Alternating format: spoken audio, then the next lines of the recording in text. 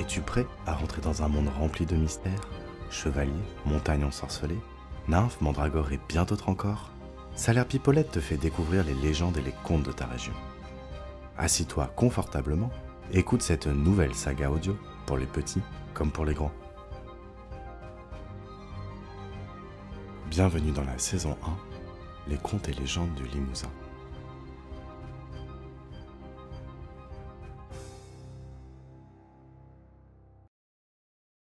La mandragore.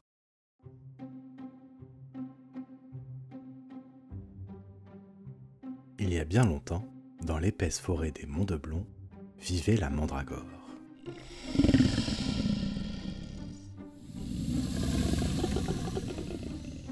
Couverte d'écailles, cette créature de plus de 50 pieds de haut, à la silhouette presque humaine, était dotée de grandes ailes sonores et de puissantes griffes.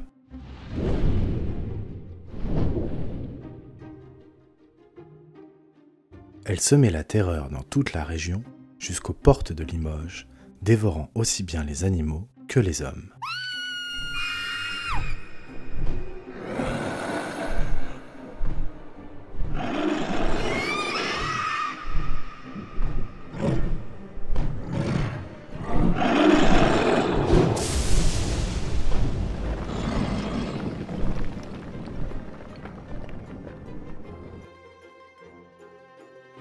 Le seigneur des Monts de Blon avait conclu un accord avec la bête. À chaque nouvelle année, elle recevrait une belle et jeune jouvencelle en sacrifice.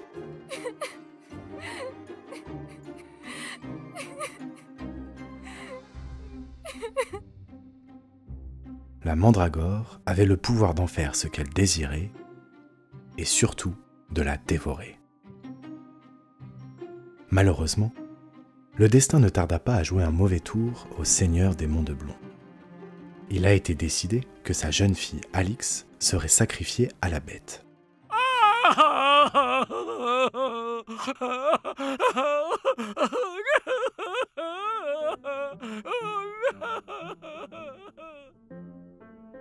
Mais son fiancé, le jeune Guyot de Saint-Quentin, ne l'entendait pas de cette oreille.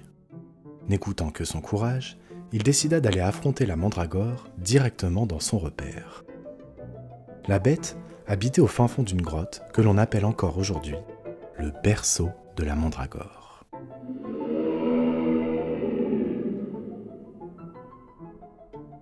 Après avoir prié dans la chapelle du château, le jeune Guyot fut fait chevalier par le sieur des Monts de Blon lui-même. Celui-ci lui offrit une lance et une épée enchantée.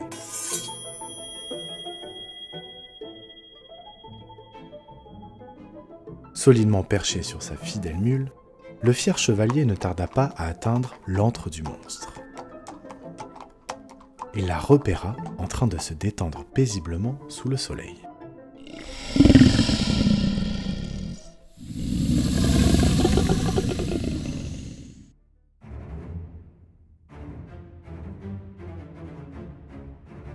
Le combat ne tarda pas à commencer.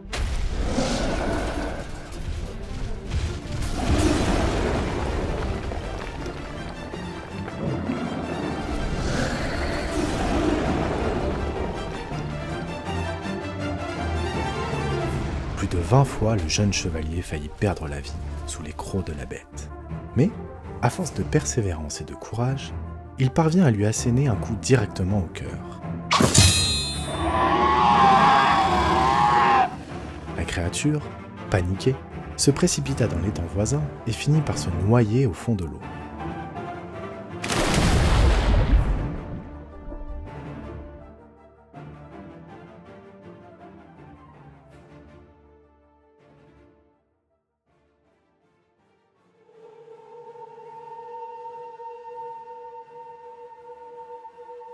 Lorsque le corps sans vie de la mandragore remonta à la surface, le jeune Guyot fit atteler une vingtaine de bœufs afin de la faire sortir hors de l'eau et de l'enterrer au tumulus du Dognon.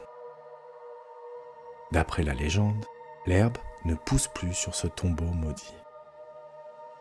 Pendant les nuits de pleine lune, si vous tendez l'oreille, vous pourriez entendre des murmures plaintifs.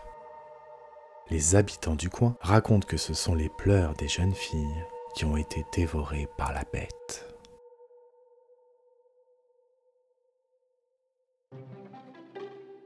C'est la fin de cette histoire, j'espère que tu as passé un agréable moment. C'était Salaire Pipolette, une série audio sur les contes et légendes près de chez vous. Si tu veux découvrir un tas d'autres histoires, n'hésite pas à t'abonner, à aller sur notre site internet ou sur nos réseaux sociaux. À bientôt sur ta plateforme d'écoute préférée.